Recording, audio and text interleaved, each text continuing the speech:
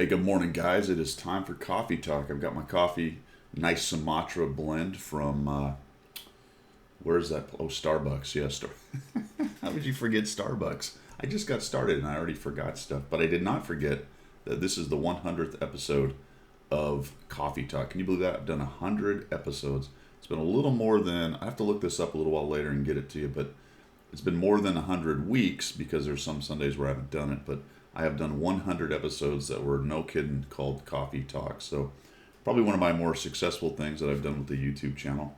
They tend to get some of the most views, although the most views are my reviews. My most views are my reviews. Those tend to get the most views because I think they're the most useful to more people or a larger segment of the population. But hey, man, I really appreciate you guys coming by, checking out the Coffee Talk, supporting the channel. So because of all of that, and I am such a generous guy, actually Wargaming is generous, I have a Tier 8 Premium. Any Tier 8 Premium that's in the store that we're going to give away. All right, so any Tier 8 Premium, one of those that we're going to give away for the 100th episode of Coffee Talk. Pretty cool. Thank you to Wargaming for hooking me up with that. I also have T14 codes. So I'm going to sprinkle T14 codes through this thing. We'll come up on the screen. There might be some somewhere around the YouTube channel. I might even tweet one somewhere along the way.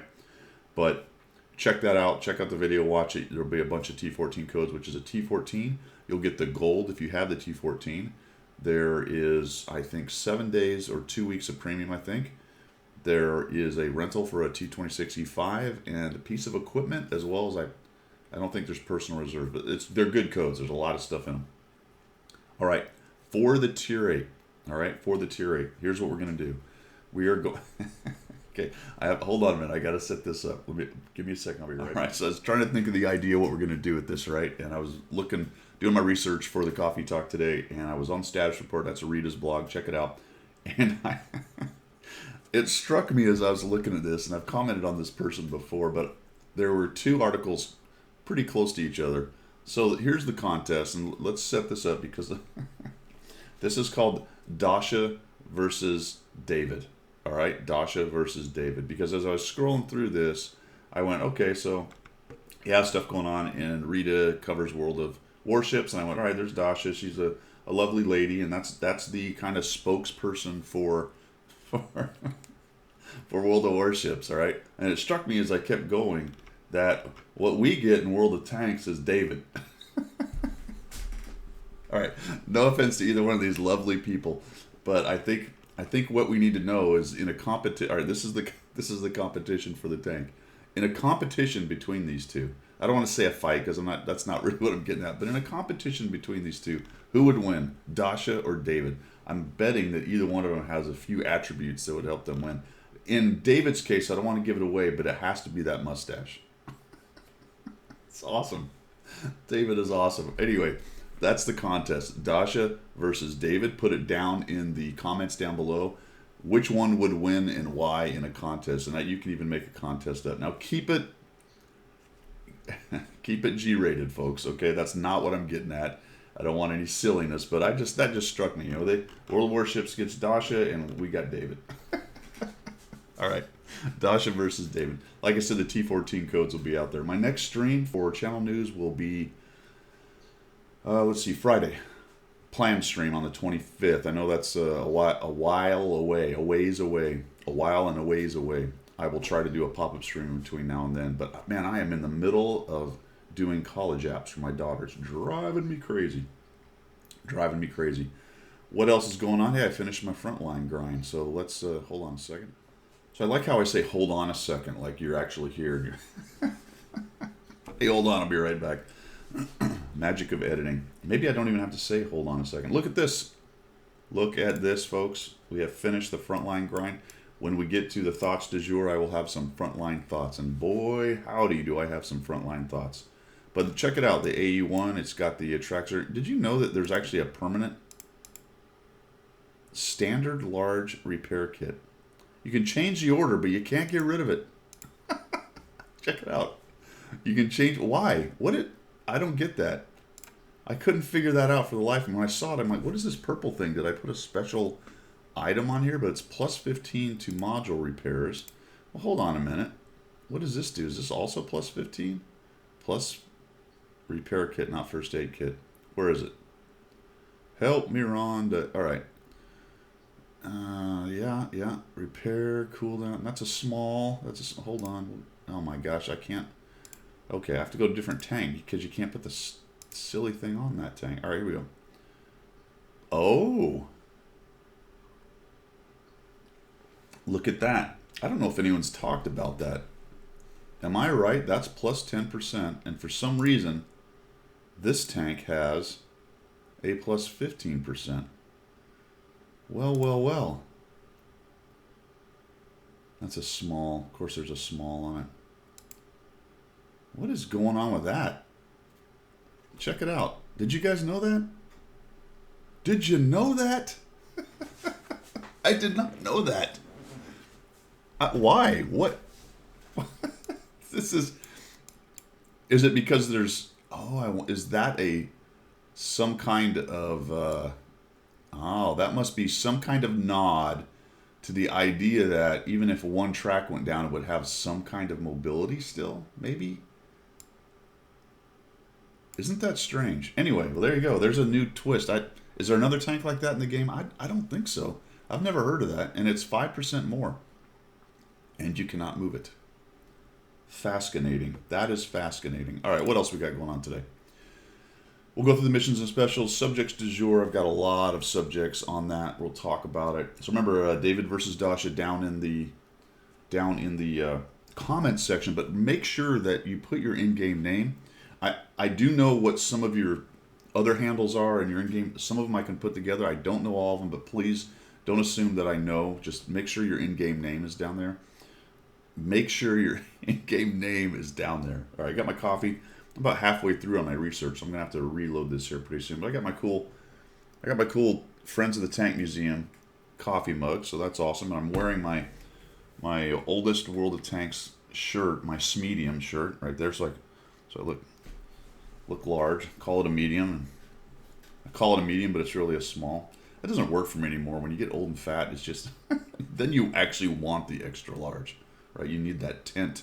The tinting has to happen so that the fatness doesn't show through. All right, where are we? We're going on to missions and specials. Got some interesting things on missions and specials, so let's dive into it. 100th anniversary of Coffee Talk. Cheers. All right, let's get our shill on. This is how I make my money. That's an old joke. You know what? You know what's as old as the 100 anniversaries of Coffee Talk? That joke. I think I've said it every time. Pretty sure. What do we have? We've got some interesting things here, and one in particular that I did not notice and is actually a pretty decent deal. We'll get to that in just a second, but we've got war chests. These are all pretty standard. This is the Watt Salute. Remember that I talked about it on a video probably about a week ago when the Salute to U.S. Veterans came out. They have these big, gigantic U.S. tank packages, which are really great deals at $179. It's $500 odd worth of tanks. Unfortunately, you don't get gold or credits for it. So if you own a bunch of those tanks, it becomes less and less of a good deal. I think that's more of a new guy to the game idea, coming in and just buying a bunch of premiums. But anyway, it's there. It's one of those things that's a great deal, but not really for most people. So I don't know how applicable it is unless you were going to re-roll and you really wanted to play American tanks, or you were a brand new player, or you were free to play and just decided to go all in, because you don't have any of them. Weird thing is, not a lot, but a good number of those you could get from different marathons in the past, and we're going to talk about a marathon. Holy cow, Frontline was one here real soon. So, it's one of those things. I like the idea, but I'm sort of wondering at the applicability, and that happens so often, I think, with Wargaming's monetization, for me anyway. But then I'm a power user, so I end up having a lot of stuff. So sometimes I come at it from the angle of, well, that doesn't do anything for me, but I'm unusual in general, as opposed to the whole, population of the game. So we got some Frontline things going on. Watt Salute Gold Pack. Now, this is the one I wanted to talk about. We'll talk about it when we get to the gold in just a second, because that was interesting. I didn't realize it was actually a pretty good deal. The Frontline, man, I don't know about buying an Alpine Tiger for Frontline. That just does not... I mean, talk about a power crept tank. Wow. I would stay away from that for frontline guys. Not, we're at the end of it, so I don't know if that advice really matters or is helping anybody. The Primo Victoria is pretty good. I don't have it. I think I've played it a couple times maybe on the Sheriff account. I've got the Rack 5.1, which is almost the same tank, almost. So I thought about buying that actually with a discount. I can get it down pretty good. I got a bunch of coupons right now for various reasons. But I don't know. I just didn't really need the tank, so there you go. Does need have anything to do with it? The IS-2M is back. That is a good tank. That is a good tank. All right, let's go to the gold because I want to talk about real quick this gold package idea here. And this was, again, part of the Watt Salute where you could get that 3D. Well, actually, you could get a Thunderbolt 7. I called it a Thunderbolt 2, by the way, on the video. It's a Thunderbolt 7. You can get that Thunderbolt. You can get the American flag. Actually, I'll change my background in a second when we get back into the UI, and I'll show you that again. So the supply, the gold supply was interesting because it's 14,200 gold and 30 times special missions. And as usual, you can't really figure out everything on one click. You've got to go to several places. Watt Salute gold supply, $60, and you get 14,200 gold, which is about $60. So it doesn't seem like a good deal, but it's the 30 missions that does it. Because there's another 10,800 gold, 360 a day for a mission. I think we can go over here. Hold on a second. Oh, gee, I think I'd be all set up. But hey, it's early, man. It's 6:30 in the morning. I'm trying to figure it out just like you are here. We come down here to Watt Salute. Since I find it, there we go. And we come down here to benefits.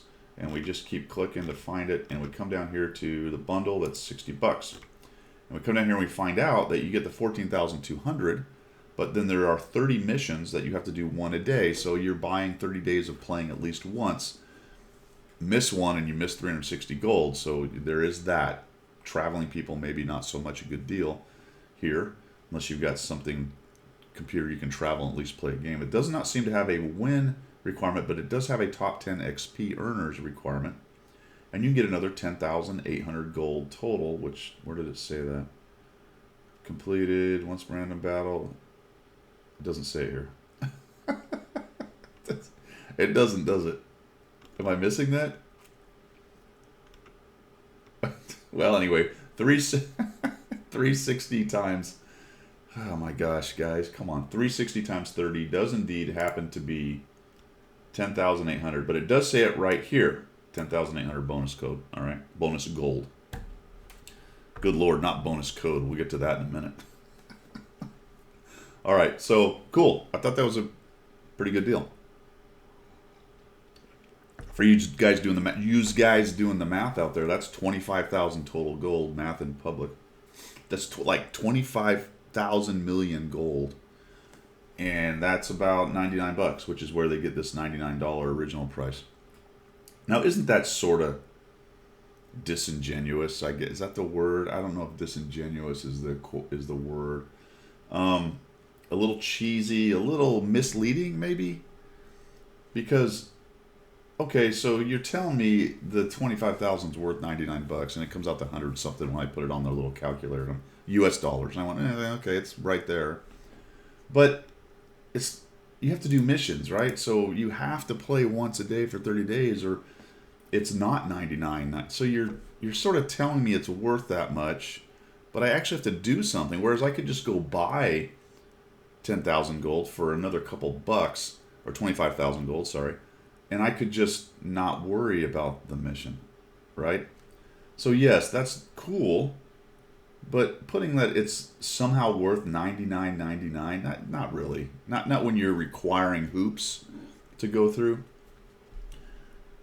I know it's kind of a straight up number, but that just seemed, I don't know. I don't like that practice really that much, to be honest. And I've mentioned before, excuse me, some of the pricing conventions that they use are a bit wacky.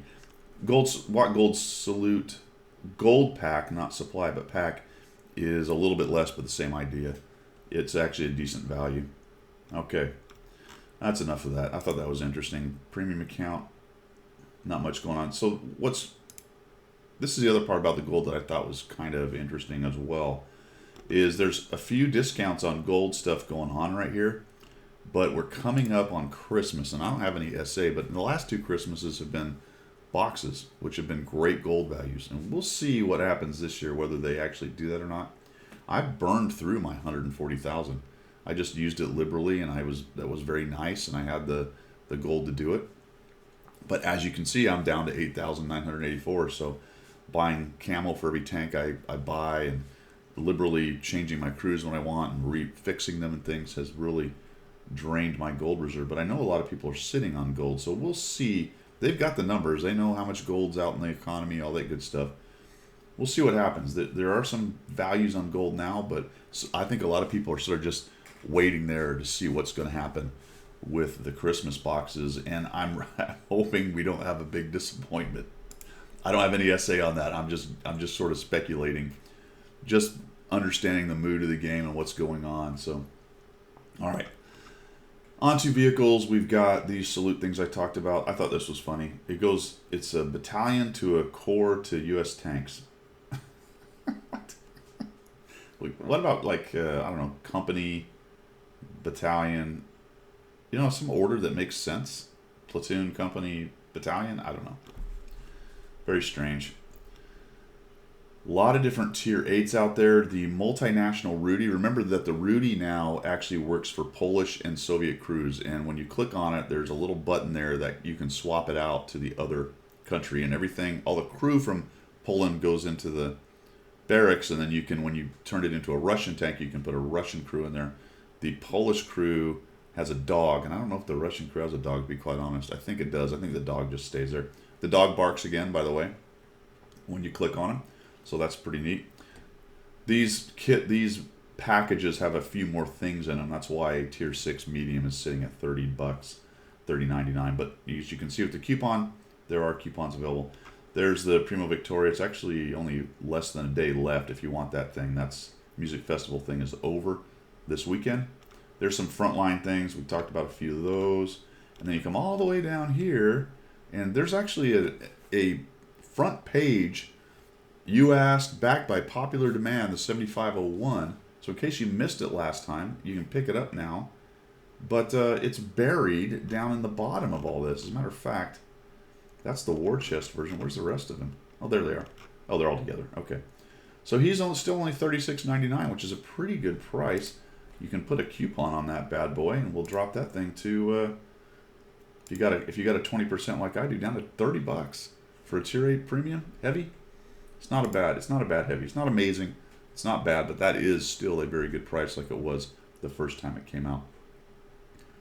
All right, that I think is enough of that. Let's move on to the missions. Got some things to talk about there. In fact, I'm going to go refresh my coffee cup, and then I'll be right back. So just sit there for a minute. Be right back. 100th anniversary of Coffee Talk. All right, we're back after that short commercial break. I should actually put a commercial in there. That'd be really annoying, wouldn't it?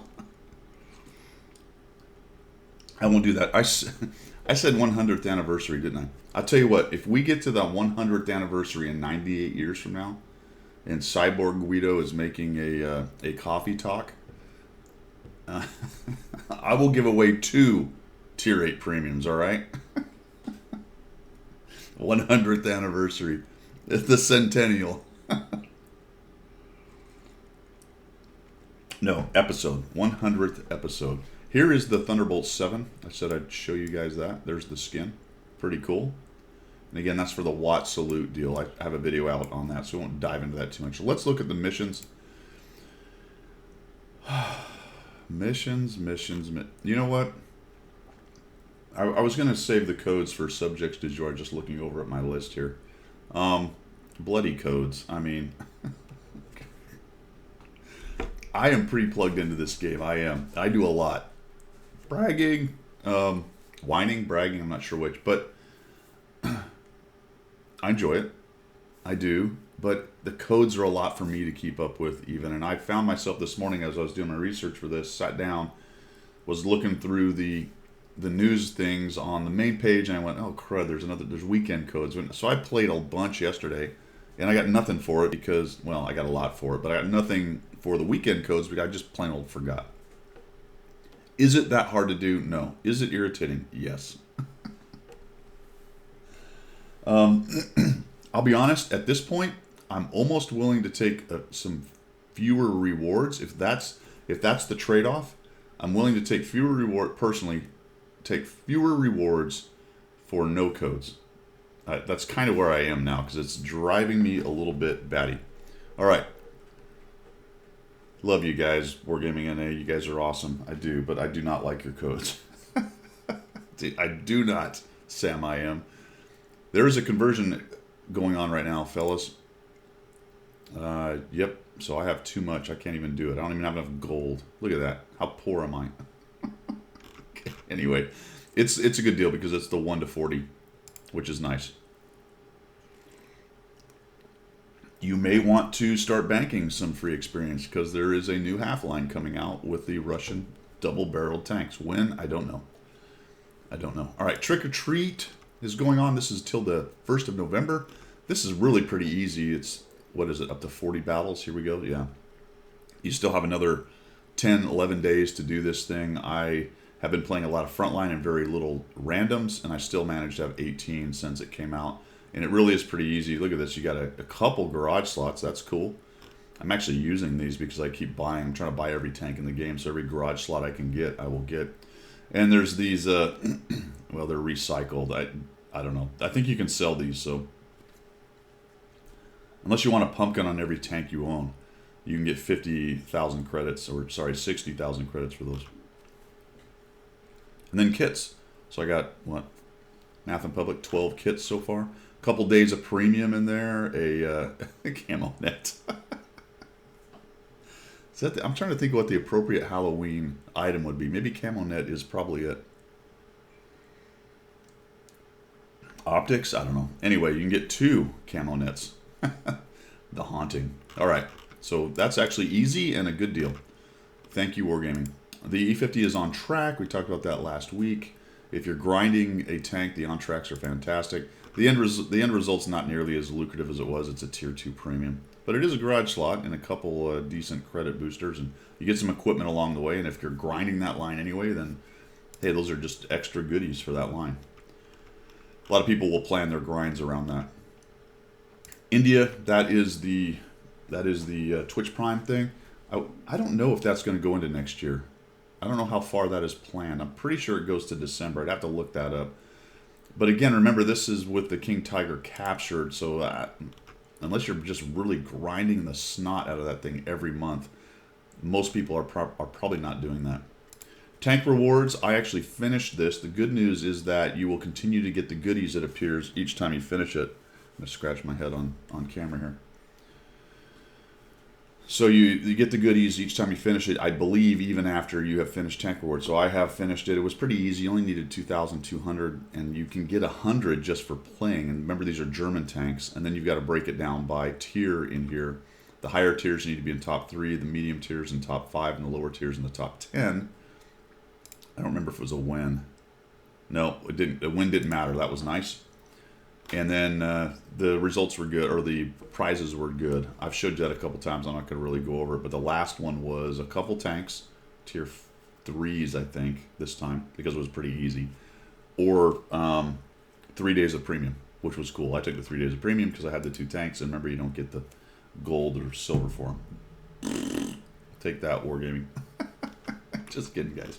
I'm just kidding. All right, here's the 1.5 XP weekend that I blew. And I am, no suitable vehicles. What is going on here? What am I missing? Claim times, oh, you gotta, okay. Like, wait a minute. You've got to do your times 2 before this opens up. Which means you have to play it once, and then it opens up, I guess, for that tank. That's kind of a pain. So I guess if you're grinding a tank, it would be easy to knock through some of these. But these are broken down by tier as well. Nice thing is these cards tell you. Imagine that. Tier 10. Tier 2 to 5. Tier 6 to 7. Tier 8. That makes sense to me. That makes sense to me. Then we have player tank class right. This is the standard. It's been called a lot of different things. Back to school. Player tank class right has been a common one. But that's a pretty good deal, because there's a lot of little goodies along the way. especially when you get to the 401, the fourth mission that you finish on it. If you can manage to do that, they're not actually that easy, to be quite honest. But there are chunks of experience at the end of them, 10,000 to be exact. And there are some equipment. There is some equipment along the way as well. So you got optics right here. You got Binox and a camo net for the tank destroyer. And what's funny about this is I was looking at it, and somehow I've managed to not start the heavy tank code. I mean, that's reference my earlier comment on codes and how irritating they are. So I'm looking at it going, where's my heavy tank? Got light, medium, tank destroyer. Well, Guido, it's because you didn't put the code in. So now I'd have to dive back in there and figure out where the heavy tank code lives. And I can't be arsed, to be quite honest, at this point. Other missions. These, thank you for your service, are things that if you did the U.S. veteran thing, then those missions came up, and there are some nice little multipliers going along there to help out your crew. And this is just an experience for experience. And then the premium missions are the premium missions. So that's what's going on missions-wise. Very cool. Let's move on to subjects du jour. And I'll just scratch off bloody codes because that's what I called it there. That's codes. Holy cow. Alrighty then. Final transition from launcher to wargaming.net Game Center. I actually didn't realize that you could still avoid that. I have the Wargaming Launcher Center.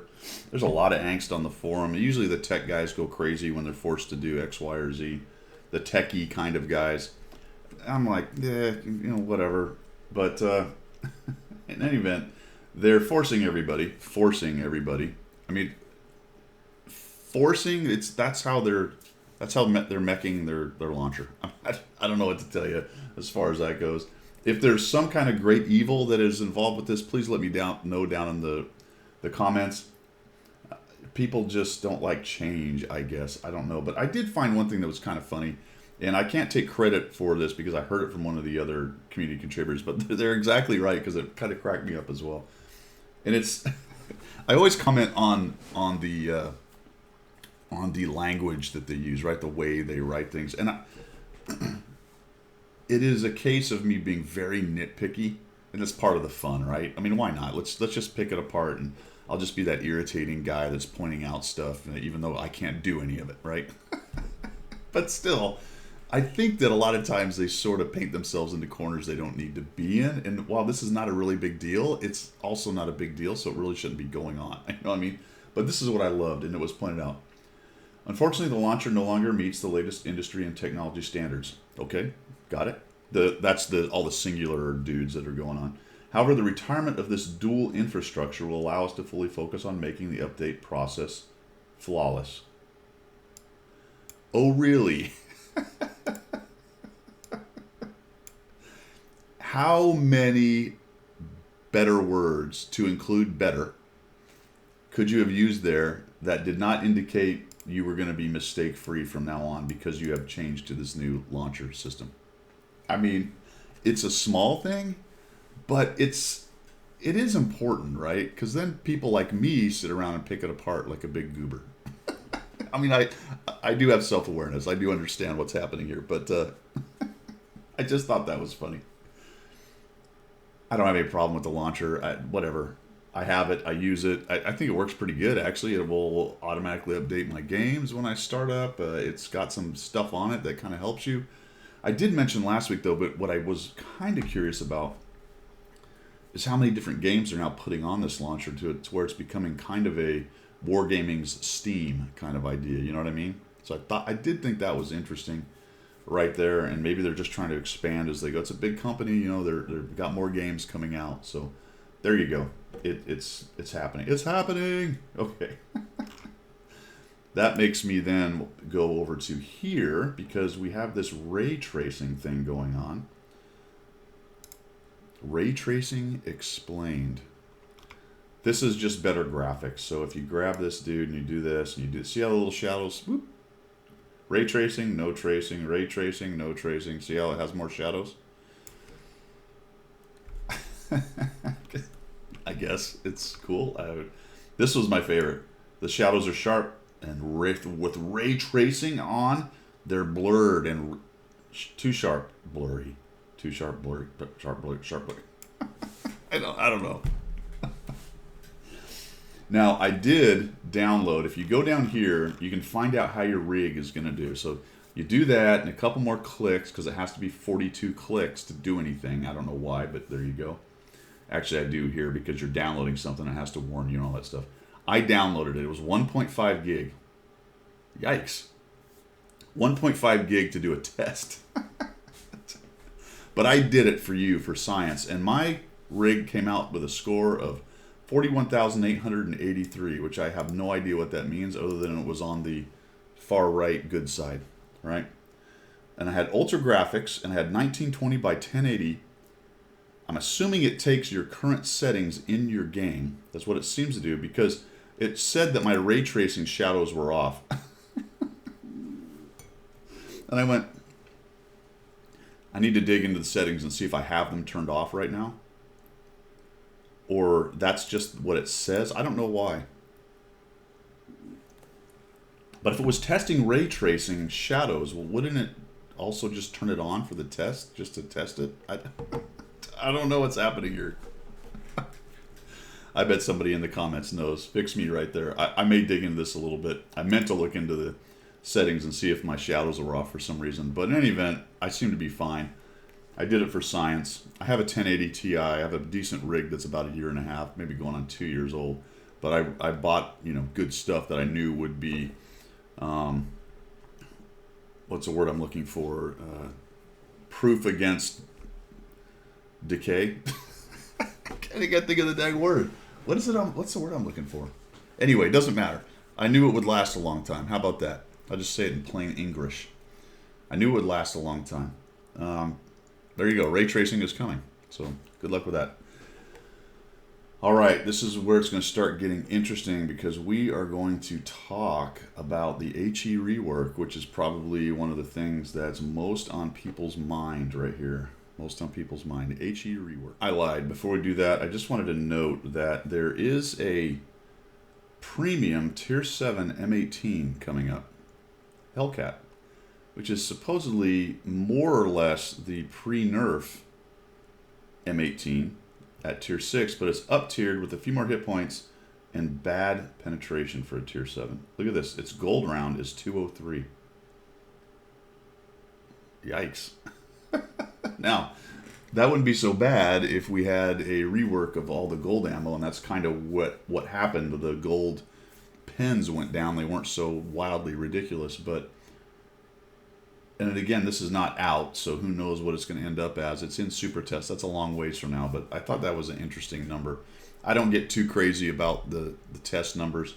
Super Test, Sandbox, all that. And we are going to talk about HE in just a minute on Sandbox. And I don't get too crazy about it, but I think it's worth noting. And I know there are a lot of fans of the Hellcat, especially its old iteration. So something like that may show up in the near future. A 90mm M18. Okay. People are way up in arms about the HE rebalance. Remember that it is on Sandbox. There's no guarantee that these changes are going to happen. But I think it's telling a little bit to me that the why rebalance sentence or paragraph here. In the 2 previous iterations of the Sandbox, we tested changes in the mechanics of the 2 main types of shells in our game, standard and special. Remember, they're not gold. They have to be special. Okay. We reworked the parameters of standard shells, after which the demand for special ones also changed. The demand? I don't know. Meaning, I guess they mean that people like standard shells more than the special ones, because I think the special ones do less damage. Remember, that was the idea. Demand was an interesting word. The main goal of these changes during previous Sandbox was to make standard shells more popular than special ones. Meaning that the special ones are crappier now. Which is probably a pretty good idea in general, but I don't know about this whole less damage thing. So we'll see what happens when that comes out, if it comes out. But my point is, this one right here is what struck me. These changes worked well, and now we're ready to take the next step. Which means, I guess, they liked them. Wow, okay. So we're going to rework HE shells. The big deal here is that HE shells will no longer penetrate. And they're not going to have that super high end. In general, they're going to do more reliable damage, but much less. So there's no more penetration. The numbers are really interesting. They go into the whole mechanics of how they figured out with the explosion, and there's a sphere and it tries to find a weak spot on the tank and it applies the damage to that weak spot if it touches it, and there's less damage the further out it goes. It's all very kind of complicated. I guess that explains why you hit a gun mantlet and it does 20 damage or something with a 152 millimeter gun. But it goes through that whole thing. But this is always, for me, when they get into the explanation of why they're doing it and why they think the game needs it, I always find myself disagreeing with their basic assumptions about things. Now, I don't develop the game. I don't balance the game. Maybe my ideas, would make it worse, but I played it a lot, and I feel like I have a pretty good handle on how it goes and what the big issues are, and I often find myself at odds with what they say the issues are. So while I may say, yeah, something needs to be done, I'm always kind of questioning, well, you have framed the question in such a strange way that to me makes no sense from a gameplay standpoint. And I know there's a lot of stuff behind the curtain that you don't know. There's the monetization, there's the player retention, there's a lot of numbers and things they're dealing with that I'm not privy to. But again, from a pure player standpoint, this is me commenting as Guido the player, it is often very odd to me. And I think that the rework of the standard and special shells is a great example of that, because I'm looking at that going, I don't know about that. That doesn't seem like the problem. Or even the solution to the problem. I have always said that the biggest problem with their ammo is the wild disparity between the pen of the two different kinds of ammo, which makes their balancing of armor very, very difficult. They came at it in a weird way. Instead of changing the gold pen or special pen to something less and stopping making such wild variations between different tanks, I've mentioned the TL-1 LPC in my review, that it's got a ridiculously high heat pen. Why? It makes no sense. That's just one example. There's a lot of tanks that have these incredibly high gold pen numbers, and then another tank next to it at the same tier with some anemic pen number for no real apparent reason. The percentage of increase is just, it's all over the place. All over the place. And they're fixed to it, regarding regular shells and AP share and heat, is to make the gold rounds do less damage, so they're just not as nice, or they're not as desirable, which is bizarre. Why damage had anything to do with it, as opposed to dropping the ridiculous pen and then adjusting armor as required from there, I have no idea. And that's why when I looked at this, I said, this is the same kind of thing. I'm looking at it and looking at what their assumptions are, right? The base assumptions are really important on doing this right. And I'm scratching my head going, well, I don't really see it that way. So, for example, our players rarely use high explosive shells as standard standard ammo for reliably dealing damage. Now, what the hell does that mean? It's almost completely 180 out from the way I look at HE. I use HE for dealing reliable damage. It's exactly what I use for it, not rarely. Rarely is only because few tanks in the game have that as a primary round.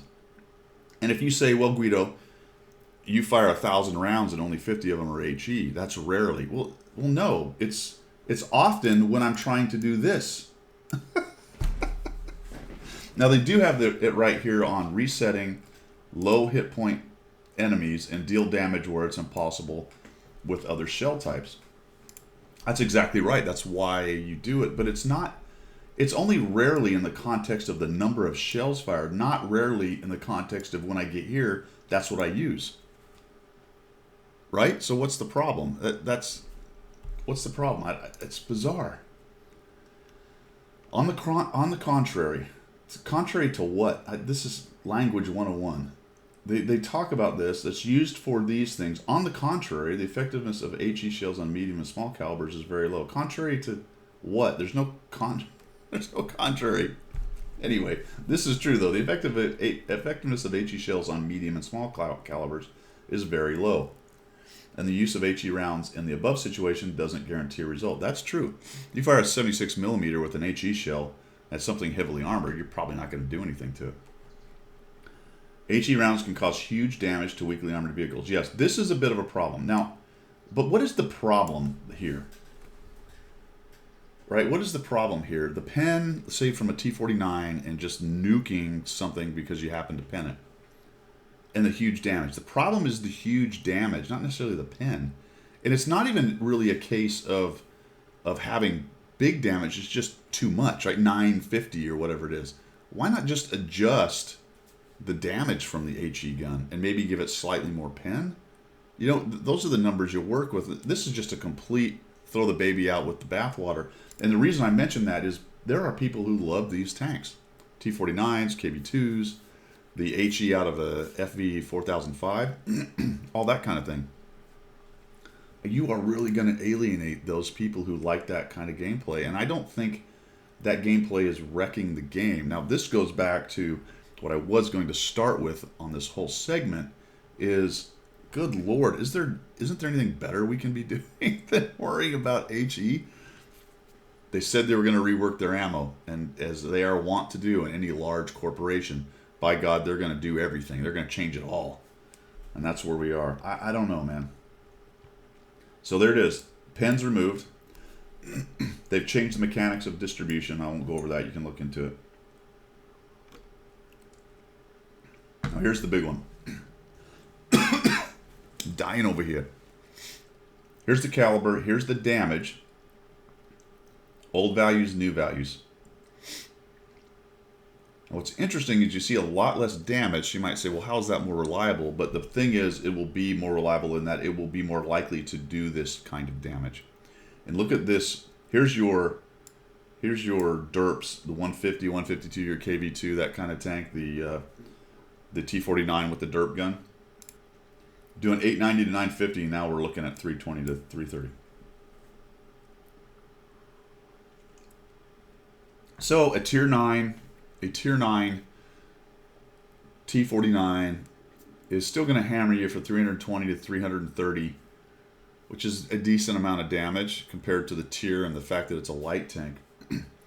But are they going to adjust the reload? Because that's a really long reload to only drop 320 to 330, even if it is reliable. There's no real mention of that. My assumption is that has to happen, but the problem is they don't often do that in big packages like that. And another one of their weaknesses to some extent is looking at secondary and tertiary effects.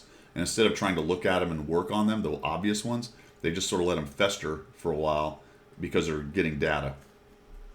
So again, that's the problem with these big reworks is there's so many secondary and tertiary effects, it's hard to know what they all are.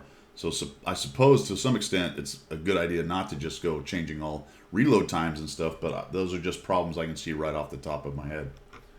Right there. Damage decrease from center to splash, changing the tracing, yada yada. What will happen to HE shells after they take effect? HE shells will do less damage on average, up to 66 to 75%. They'll do less critical damage. That was another one that I thought was decent. They have stopped all of the crazy penetration, killing people in modules as badly. So there's a lot less of that, which is nice.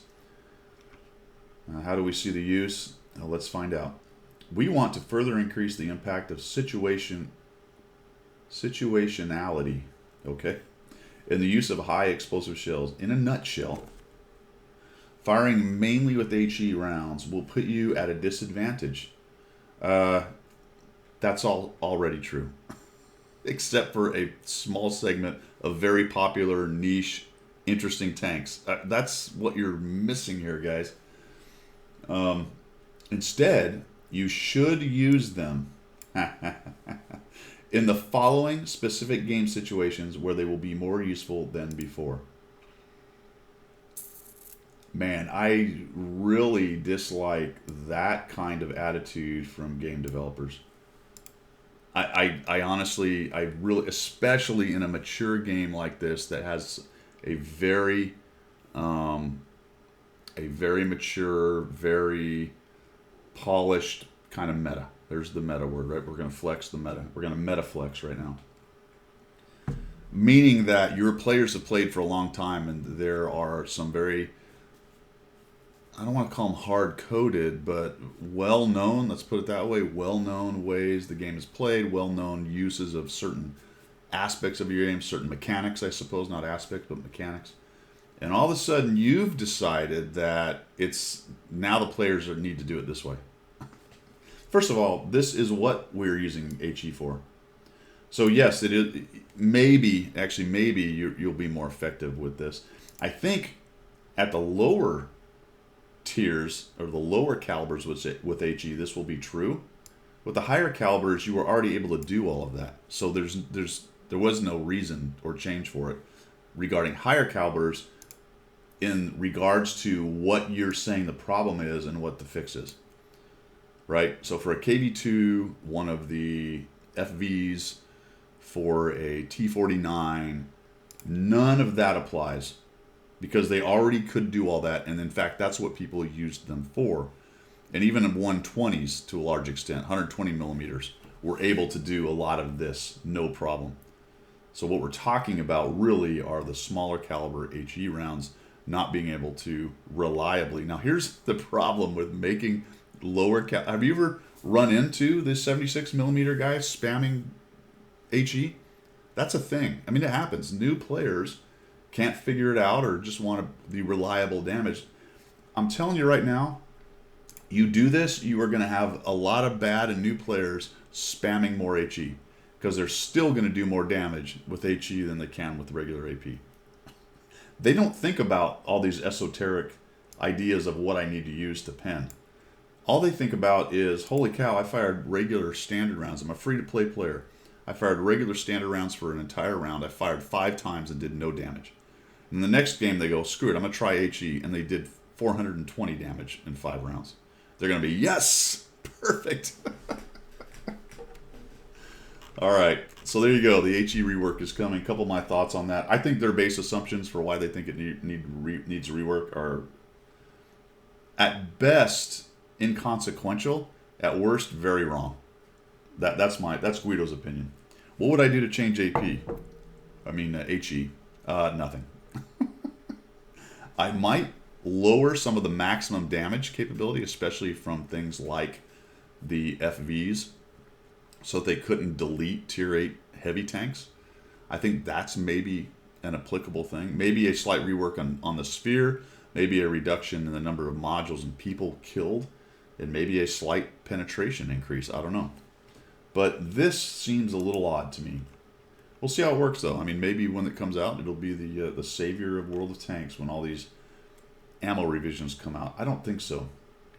It will be really interesting to see how the meta changes. Flex.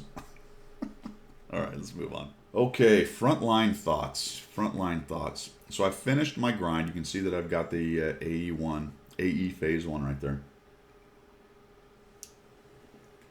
Episode 9, that means for 9 months this thing's been going on. There were 3 or 4 months in the middle where I barely played at all. So I front loaded, and then in the last 2 episodes I cranked out the last probably 6. Yeah, I think 6 prestige levels.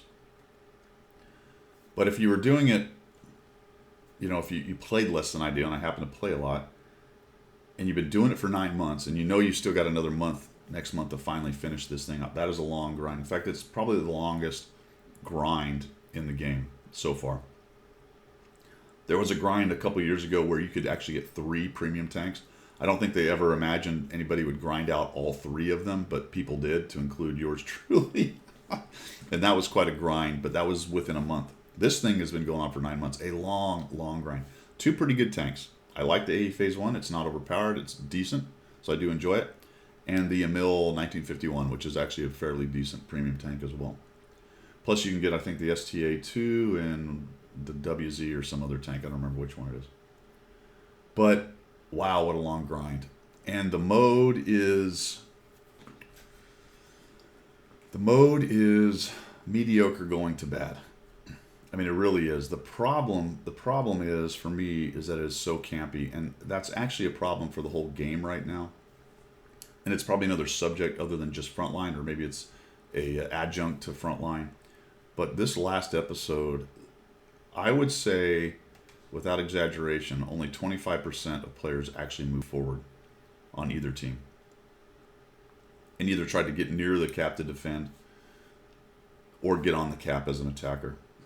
It was extremely common for aggressive play to get absolutely punished. And if you got on a cap, oftentimes, if I was the first one to figure out how to get there and start the ball rolling, you would eventually die because they would all concentrate on you. And then because the fight started and you caused the enemy to come out and start taking damage, then other people on your team would get onto the cap, and then they would cap it out, and you'd be dead reloading your tank, and you get nothing for it. I cannot tell you how many times that happened. I forced so many offensive or defensive situations. At least on the defensive forcing, you're able to get some cap blocking points out of it. Which brings me to the second subject related to the campiness of the mode, and that is that the punishment of aggressive gameplay is horrendously bad. I can't tell you how many times I sat around for 2 or 3 minutes waiting for a tank to come back. And you might say, well, Guido, stop yellowing. Okay, I could go to a bush and sit there and snipe. That's boring. That is boring. There's a bazillion videos out there of how to farm damage. Boring. And really, that's kind of what's one of the things that's hurting the game. Frankly, in my opinion, one of the things that's really hurting the game is the gameplay to some extent is very, very passive and campy.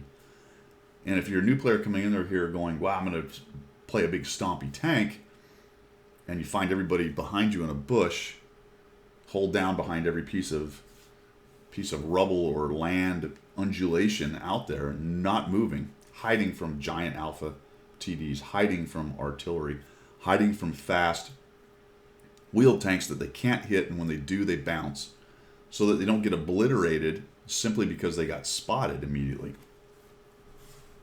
Now, why do they get obliterated? Well, first of all, Arty, which fires big HE rounds and doesn't care about your armor. Second of all, the aforementioned disparity between gold rounds and regular rounds, where if somebody just presses 2, they have a much, much higher likelihood of penning you. Third, giant TDs with high pen and massive alpha hiding in bushes, and then everyone else hiding in bushes. And then, of course, the wheeled tanks that get in amongst teams and can actually drive through the middle of a team and come out either unscathed or barely hurt, lighting up whole teams and getting them whacked by everyone in a bush that's hiding nearby. And Frontline really illustrated that to a large extent to me. You see it in pubs, but pubs are smaller slices, 1 10-minute, 15-minute game, 5-minute game, 6-minute game. And you see it, but it's kind of hard to get a sense of it. But when you play long battles of Frontlines, you can really see it. And I'll tell you what, I'm really glad there weren't any tier 10s and stuff in Frontline, and I was driving my tier 8s, because you'd have got nowhere in that case. So I liked the idea. I liked the credits. I liked the experience. I liked the idea that it was a much larger, slightly more fluid map. At least the possibility was there. And yes, when you win a cap, you can flow on to the next one. You can go to another spot. There is to some extent maneuverability and dynamicness built into it as far as that goes. But once you start fighting for caps, it's trying to dig guys out of bushes and hold down spots and all that stuff. And if you're aggressive, you just get punished. Those are my Frontline thoughts. I mean, I don't really have a fix. I think they did a couple things along the way to try to help. I think the timer for getting back in a tank needs to be at least halved, if not even less than that. I don't want it to be a complete YOLO spaz fest. That's not my point. I don't think you should die and immediately respawn like some games do. But the punishment for playing aggressively is hard to swallow, because then it just forces, or leads to, not forces, but it leads to people making rational decisions about how they play the game. Well, every time I try to push and have a tank game, I get obliterated. So I guess I hide in a bush and wait for somebody else to do that. And then I'll snipe, and then, when he dies, and the enemy's attrited, I'll run up and jump on the cap and we'll be good. Or I'll drive something ridiculous like a wheeled tank and they won't hit me. I'll have a better chance of living because I can rage around like a spastic headless chicken. I mean, it's no surprise that's where the game is going and what the meta has become. Even in randoms, to some extent, the same thing is happening. The immense passiveness of the game, the high alpha TDs and bushes, the ridiculous disparity in number 2 and regular AP, special and regular rounds, which they're going to work on. We already talked about it. But I don't think the answer, what they have is really the answer. But I suppose if it ends up being less premium being shot at you, then that may be better for the game. But still, I don't know. What's the difference? You run out there and you're trying to be aggressive, and you're getting pinned by slightly less hit points, but still getting pinned. I don't know how that changes things, to be quite honest, because nobody wants to trade hit points for position anyway in this game. Very few people will do that. And I think the way they're doing the rework is a little bit esoteric for most people, and they're really not going to understand that. Oh, maybe I can now trade less hit points for that position, and that will be a follow-on better idea for my team, and I'll get more wins. Very few people are going to really understand those 2 or 3 levels deep. All they can see is I get pinned when I get out in the open. The fact that it was 350 instead of 450 is they're not going to care. It's going to be the same thing. The problem is not that they can do X damage. The problem is that they can do the damage, right? The pen allows them to do the damage. It's the same thing I've talked about with artillery. It wouldn't matter if artillery could do 1 hit point of damage every time it hit. The fact is it does it from the red line with no danger to the player who's doing it. That's the game mechanic problem. The problem is not how much damage that the gold shell does or how much people are incentivized to fire it. The problem is that the pen is ridiculously higher. You can't balance armor for 2 wildly different pens, and people take damage because other guys press 2. So what's the end result of that? They hide. It's really not that hard. I don't think, anyway. Maybe I'm completely missing something. And more than likely, that's the monetization and overall game design and the fact that I'm in America and most of the customers are in Russia. So I got it. There's all that stuff out there. Okay, that is everything from Frontline Thoughts from Guido. And we will end with a real quick, some of the things I love it because I've been kind of negative. I've tried not to be too negative. It is the 100th anniversary episode of Coffee Talk, so I want to leave it on an up note. I'm going to talk about 5 things that I actually like about this game a lot. So as I'm sitting here pissing and moaning about what I don't like, the fact is I play it a lot. So what are some of the things that Guido likes about the game? And we'll leave it there for the 100th episode. Let me refresh my coffee. This is a 3 coffee talk, folks. Okay, we'll go through this fairly quick, but I'll give you the 5 top things just off the top of my head that I like about this game. So the first one is the grind. I actually do like the grind. I like the satisfaction of going through the lines, of tiering up. I actually like some of the low tier, middle tier gameplay, not so much the tier 2 and 3, but that can be interesting as well. But somewhere around tier 5, it gets very interesting to me. And I like to grind through the tanks and go up to tier 10. Even though I don't end up playing tier 10 too much, I do enjoy figuring out the new tank. Figuring out how it fights, where it's strong, what part of the maps it can use. I enjoy that. That's actually interesting to me. Because I have a lot of experience, I'm able to probably do that a bit faster than a lot of players. So while that may be a negative for a lot of players, for me, I find that interesting. So yeah, I do like the grind. I like the satisfaction. The content. I love the content, obviously. Tanks, interwar, not quite World War I, but interwar, World War II, Cold War tanks. It's cool, right? I mean, really is. It's really interesting. I do actually enjoy that they've gone into some of the fantasy tanks, looked into blueprints, looked into concepts and ideas of different tanks. It makes a really wildly varying model system of just so many tanks and capabilities. I think that's cool, the content. So I enjoy the PvP. And I call it hardcore. I know people sometimes have issue with me calling it hardcore. When I say hardcore, I'm talking about the fact that there's not a lot of, and there used to be a lot less, and unfortunately some of this garbage is creeping into it, but there's no respawn minus frontline. That's where I'm talking about the creeping into it. There's no way to get your hit points back. The point of that is that when I say hardcore, it's that mistakes matter, right? What you do, where you go, how you play the game matters in that 5 to 15 minute random game that you play. Absolutely, mistakes matter, and it's hard to recover from bad ones. I like that. I think that makes it more of a thinking man's kind of game. The magic moments, and to some extent, this is the RNG. So while I'm not going to tell you that I love the amount of RNG that it has, I do enjoy the RNG when it creates those kind of magic moments, and I also hate it when it magic moments me from the behind, right? Those magic moments. I will go slightly negative here. My personal opinion is RNG is way too high. If I were them, I would cut 5% off the RNG and see what happens. I would do that tomorrow. Call it plus or minus 20. I think you'll have the same effect of magic moments, but I think you'll have a lot less super frustration. But I do enjoy those magic, diving off of a cliff and landing on a guy. That snapshot that pins and takes him out.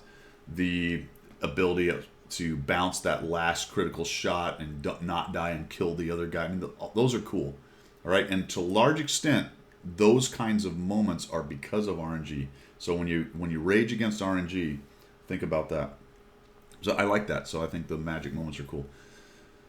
And lastly, we're going to call it the meta, the chess game, and the pacing of the game. Just the idea that figuring out the maps, where to go, how to flex, how to meta flex, the flow of a game, reading the game, being at the right place at the right time, reacting to what the enemy's doing, reacting to what the enemy and your team is doing, platooning, all that kind of put together is another thing that's really great about this game, and that it's not just a spastic shooter like so many FPSs out there. It really is the anti-FPS, and I know people talk about it a lot, and that sort of makes it a bit of a niche game. It's not going to appeal to a lot of people because I do like that kind of gameplay. But for me, I just really enjoy the relatively stately pace, although that has blurred a bit with things like wheeled tanks and stuff like that. Again, though, we're staying positive right here. Staying positive. All right, well, that's what Guido likes about World of Tanks, so I thought I'd leave it at that. Remember that it is a David versus Dasha down in the comments. Which one of them would win in a contest? I don't care what the contest is, and if you just want to say David or Dasha, I don't care.